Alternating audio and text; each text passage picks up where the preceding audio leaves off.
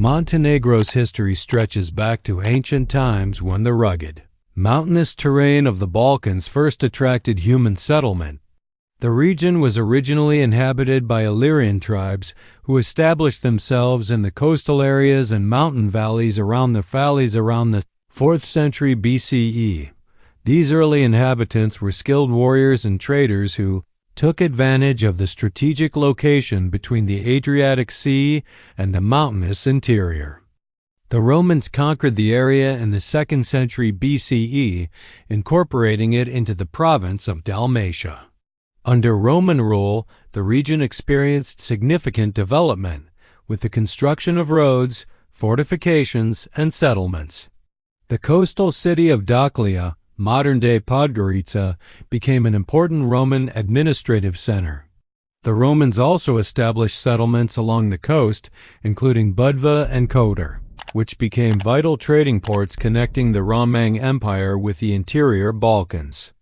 Following the decline of Roman power in the 5th century CE, the region was settled by Slavic tribes who migrated into the Balkans. These Slavs established the medieval state of Duklja, also known as Dioclea, in the 9th century, named after the old Roman settlement. Duklja emerged as one of the earliest South Slavic states and played a crucial role in the region's political development. The most significant ruler of Duklja was King Bodin, who reigned in the late 11th century and expanded the kingdom's territory significantly. Under his rule, Duklja reached its zenith, controlling much of present-day Montenegro, parts of Serbia, Bosnia, and coastal Croatia. The kingdom maintained its independence through skillful diplomacy, often playing Byzantine and Western European powers against each other. The medieval period also saw the gradual Christianization of the region. Initially contested between Eastern Orthodox and Roman Catholic influences, the area eventually became predominantly Orthodox, establishing religious traditions that would profoundly shape Montenegrin identity for centuries to come. In the 12th century, Duklja was incorporated into the expanding Serbian state under the Nemanjic dynasty. This period marked the beginning of Montenegro's long association with Serbian political and cultural development. Under Stefan Nemanja and his successors, the region became an integral part of the medieval Serbian Empire, contributing warriors and resources to Serbian expansion.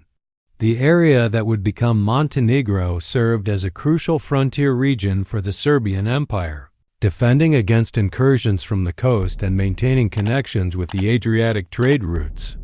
During this period, many important monasteries were built, including some that would later become central to Montenegrin cultural identity. The Serbian Empire reached its peak under Emperor Stefan Duzin in the 14th century, but internal divisions and external pressures soon led to fragmentation. Following the Battle of Kosovo in 1389, where Serbian forces were defeated by the Ottoman Empire, the region began to experience increasing Ottoman pressure and influence. The Ottoman conquest of the Balkans in the 15th century brought fundamental changes to Montenegro. Unlike many other Balkan regions that were fully incorporated into the Ottoman administrative system, Montenegro's mountainous terrain and fierce resistance from local clans allowed it to maintain a degree of autonomy. The Ottomans established nominal control over the region but faced constant rebellion and resistance. The mountainous nature of Montenegro made it an ideal refuge for those fleeing Ottoman rule, and the population developed a warrior culture centered around clan loyalty and resistance to foreign domination. This period saw the emergence of the Hajduk tradition, where bands of guerrilla fighters conducted raids against Ottoman forces and protected Christian populations. One of the most significant developments during Ottoman rule was the gradual concentration of political and spiritual authority in the hands of the Orthodox bishops of Cetinje. The Petrovic dynasty emerged in the 18th century, combining religious and secular leadership in a unique theocratic system that would govern Montenegro for over 2 centuries. The rule of the Petrovic dynasty marked Montenegro's golden age of cultural and political development. Bishop Danilo I, who came to power in 1697, established the foundations of Montenegrin independence by uniting the highland clans and creating effective resistance against Ottoman rule. His successors continued this tradition, gradually expanding Montenegrin territory and consolidating political authority. The most celebrated figure of this dynasty was Petar II Petrovic Ngogo, who ruled from 1830 to 1851. Beyond his political achievements, Ngogo was a renowned poet and philosopher whose epic poem The Mountain Wreath became a cornerstone of South Slavic literature. His work helped define Montenegrin national identity and established cultural connections with other South Slavic peoples. Under the Petrovic Ngogo rulers, Montenegro gradually gained international recognition as an independent state.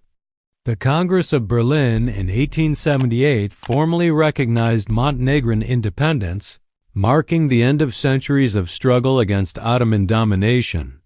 This recognition came after Montenegro had proven its military capability through successful campaigns against Ottoman forces, particularly during the Russo-Turkish Wars.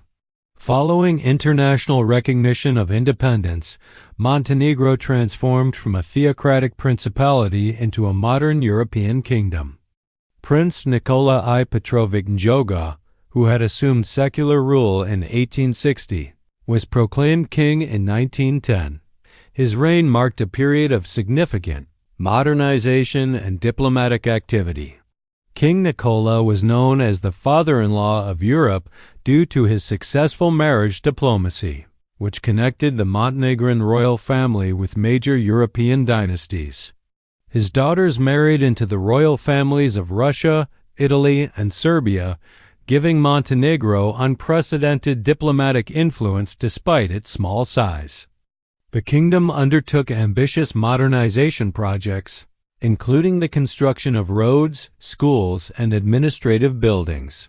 The capital was moved from Cetinje to Podgorica, reflecting the country's desire to modernize and develop economically. However, Montenegro remained primarily agricultural and faced significant economic challenges due to its small population and limited resources. World War I brought dramatic changes to Montenegro's political landscape. Initially allied with Serbia and Russia, Montenegro found itself on the winning side of the conflict. However, the war's aftermath led to the controversial decision to unite with Serbia in the formation of the Kingdom of Serbs, Croats, and Slovenes, later Yugoslavia, in 1918. This unification was highly contested within Montenegro, leading to the Christmas Uprising in 1919. Where pro-independence forces attempted to restore Montenegrin sovereignty. The rebellion was ultimately unsuccessful, and Montenegro was incorporated into the new Yugoslav state, losing its independence after centuries of struggle. During the interwar period, Montenegro was organized as part of various administrative divisions within Yugoslavia. The region experienced some economic development, but many Montenegrins felt marginalized within the larger South Slavic state. The distinct Montenegrin identity began to be subsumed under broader Yugoslav or Serbian national narratives. World War II brought renewed conflict to Montenegro. The Axis occupation of Yugoslavia in 1941 led to a complex situation where various resistance groups, collaborationist forces, and occupying armies competed for control. Montenegro became a significant center of partisan resistance under Josip Broz Tito, with many Montenegrins playing crucial roles in the Yugoslav liberation struggle. Following World War II, Montenegro became one of the 6 constituent republics of Socialist Yugoslavia under Tito's leadership. This period marked significant economic and social transformation for the region. The socialist government invested heavily in industrialization, education, and infrastructure development, dramatically changing Montenegro's traditional agricultural economy. Major industrial projects were undertaken, including the development of mining operations, steel production, and tourism infrastructure along the Adriatic coast. The port city of Bar became an important commercial hub, while coastal towns like Budva and Kotor were developed as major tourist destinations. The socialist period also saw significant improvements in education and literacy rates. Universities were established, and Montenegro developed a more educated population than ever before. However, the centralized Yugoslav system also meant that many important decisions affecting Montenegro were made in Belgrade, limiting local autonomy. Tito's policy of brotherhood and unity initially helped manage ethnic tensions, but underlying issues remained. As Yugoslavia began to experience economic difficulties in the 1980s, these tensions began to resurface, setting the stage for the conflicts that would ultimately destroy the federal system. The death of Tito in 1980 and the subsequent economic crisis led to increasing political instability throughout Yugoslavia. Montenegro initially aligned itself closely with Serbia under Slobodan Milosevic's leadership during the tumultuous 1990s. This alignment involved Montenegro in the Yugoslav wars, including the conflicts in Slovenia, Croatia, Bosnia, and Kosovo. However, by the late 1990s, political divisions emerged within Montenegro regarding its relationship with Serbia. Milo Đukanović, who became Montenegro's leader, gradually moved toward a more independent stance, eventually breaking with Milosevic's policies. This shift reflected growing Montenegrin desires for greater autonomy and eventual independence. The NATO bombing of Yugoslavia in 1999 during the Kosovo conflict significantly impacted Montenegro, despite its attempts to distance itself from Serbian policies. The bombing damage and international isolation reinforced desires for independence among many Montenegrins. In 2003, Yugoslavia was reorganized as the State Union of Serbia and Montenegro, a loose confederation that granted Montenegro significant autonomy while maintaining formal unity. However, this arrangement was viewed as temporary by both sides, setting the stage for Montenegro's final push toward independence. On May 21, 2006, Montenegro held a referendum on independence that resulted in a narrow victory for the independence option, with 55.5% of voters supporting separation from Serbia. This result barely exceeded the 55% threshold required by the European Union for the referendum to be valid. The referendum marked the peaceful end of the last remaining successor state to Yugoslavia. Independent Montenegro immediately embarked on a path toward European integration. The country adopted the euro as its currency, despite not being an EU member, implemented democratic reforms, and worked to develop its economy through tourism and foreign investment. The stunning Adriatic coastline and mountainous interior became increasingly popular tourist destinations. Montenegro's post-independence development has focused heavily on NATO and EU membership aspirations. The country joined NATO in 2017, despite significant domestic opposition, marking a major shift in its security orientation. EU accession negotiations have been ongoing since 2012, though progress has been slower than initially hoped due to concerns about rule of law, corruption, and organized crime. Today's Montenegro faces the typical challenges of a small, developing European nation. The economy remains heavily dependent on tourism, which makes it vulnerable to external shocks such as the COVID-19 pandemic.